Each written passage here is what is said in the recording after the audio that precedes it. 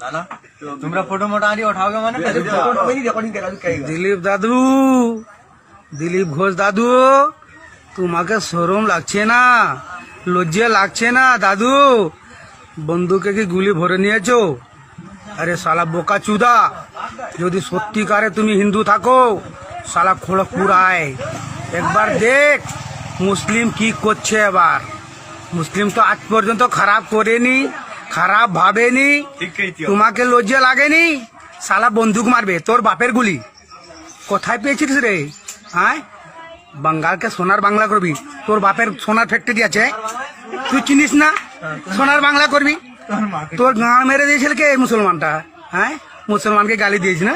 মুসলমান খারাপ, মুসলমান গা বই খেয়ে না, আর তোর গাটা খুব ভালো।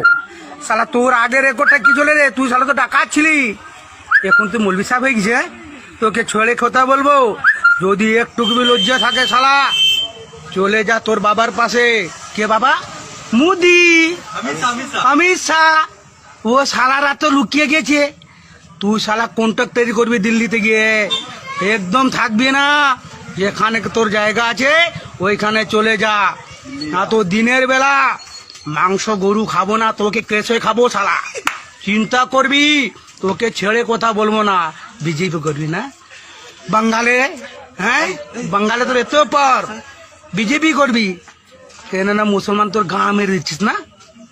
মনে রাখবি, এখন 50 বছর ওই গদিতে দিদি বসে থাকছে আর থাকবে, আর ওকে রাখবে কে? আমাদের মতন মুসলমান। জয় হিন্দ, বন্দে মাতরম, তৃণমূল কংগ্রেস জিন্দাবাদ, মমতা ব্যানার্জি জিন্দাবাদ। ভিডিওটাকে প্রচুর শেয়ার করো। জয় শ্রীরাম।